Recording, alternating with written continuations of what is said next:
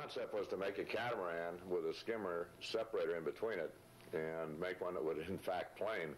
We bit off more than we could chew for quite some time, and we finally accomplished a system where the catamaran would seek the power wave of the boat that was pulling it.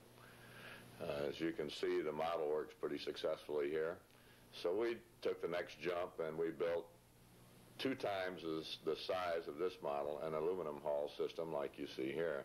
That's a separator in the middle. It rotates up and down, and the system really will control very nicely. You notice the harness. The Coast Guard said they had never seen a vessel towed at planing speed before without it becoming a very unsafe tow. We developed the X harness that makes it not only seek the power wave, but lets the towing boat steer the vessel itself. We're going about 30 or 35 knots here, which is pretty amazing.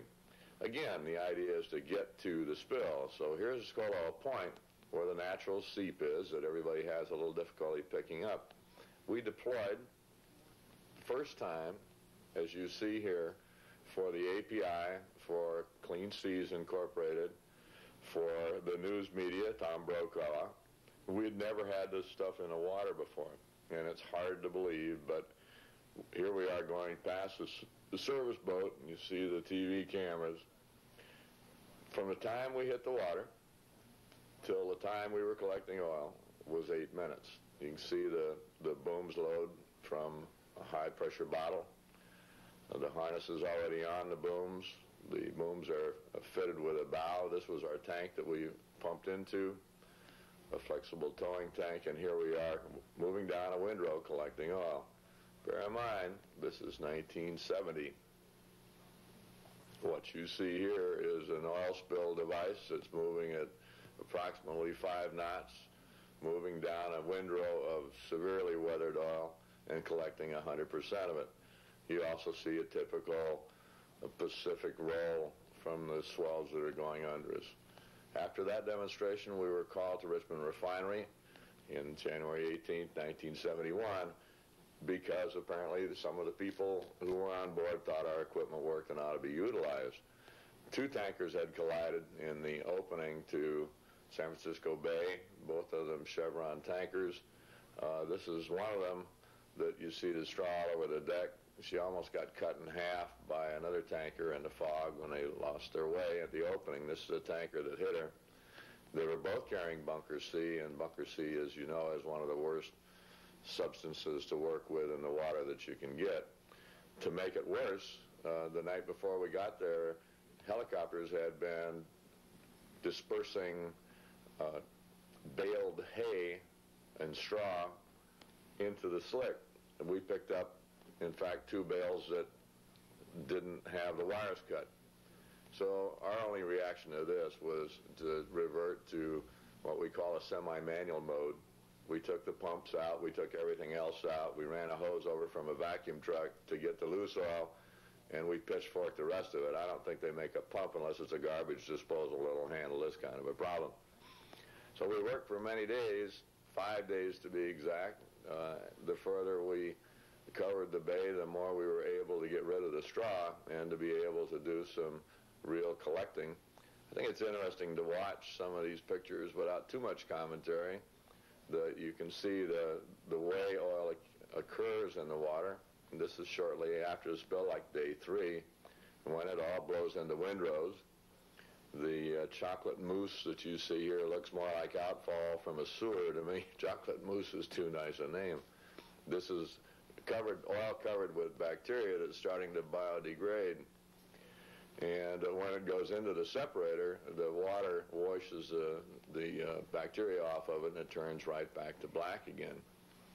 You can see the oil moving through. You can see it increasing in velocity as it gets back to the separator. And the most important thing is you can look behind this system, and you don't see any oil. You can see a clean cut that we've made through the whole surface problem. There never has been a problem with oil coming out of the back of the equipment. We always get what appears at least to be 100% of the oil. I've heard some negative comments about the chop in front of the skimmer. That's the reason why it doesn't work. Trust me, that's the reason why it does work. That chop moves the oil into the skimmer before the oil knows it's in the separator. and that's the way we collect it.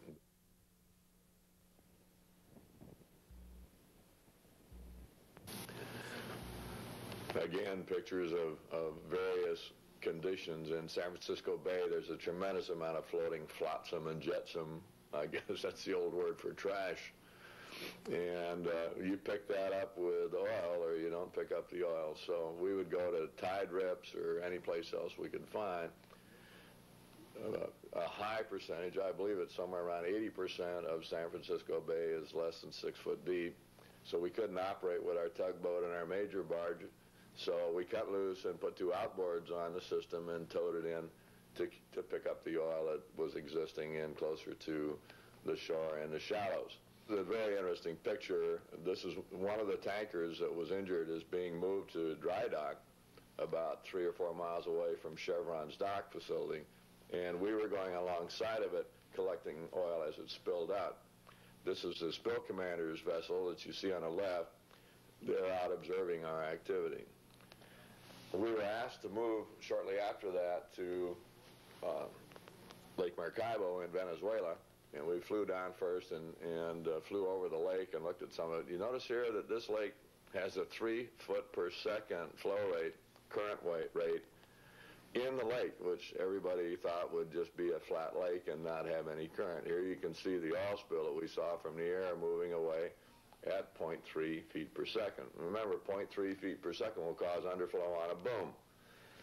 We moved our equipment down there and encountered all kinds of very interesting things, like these little lily pads you see in here that come down from the mountain streams that contain a small poisonous snake, which my Indian helpers on the Skimmer really don't like to be around, so we positioned somebody on the bow of the Skimmer with a pitchfork to throw them over the side.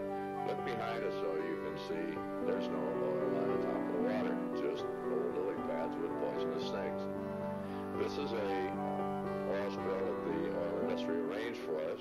I believe it was 10,000 barrels, and it was apparently put there to give our equipment a good test, which it certainly did. In about 2 minutes' time, we had come to a dead stop because we didn't have any more vacuum. The man who was running the vacuum truck said that the tank was full. The observers from every operating company in the lake generally agreed that the tank was probably full of water. We decanted the oil. This is from the bottom of the tank, and as you can see, there's no water in that oil. That's just pure oil, much to the surprise of the people, the operators from the lake. Here's the results of our demonstration. I think that those of you who are used to seeing oil flow realize that there's no water in that oil at all.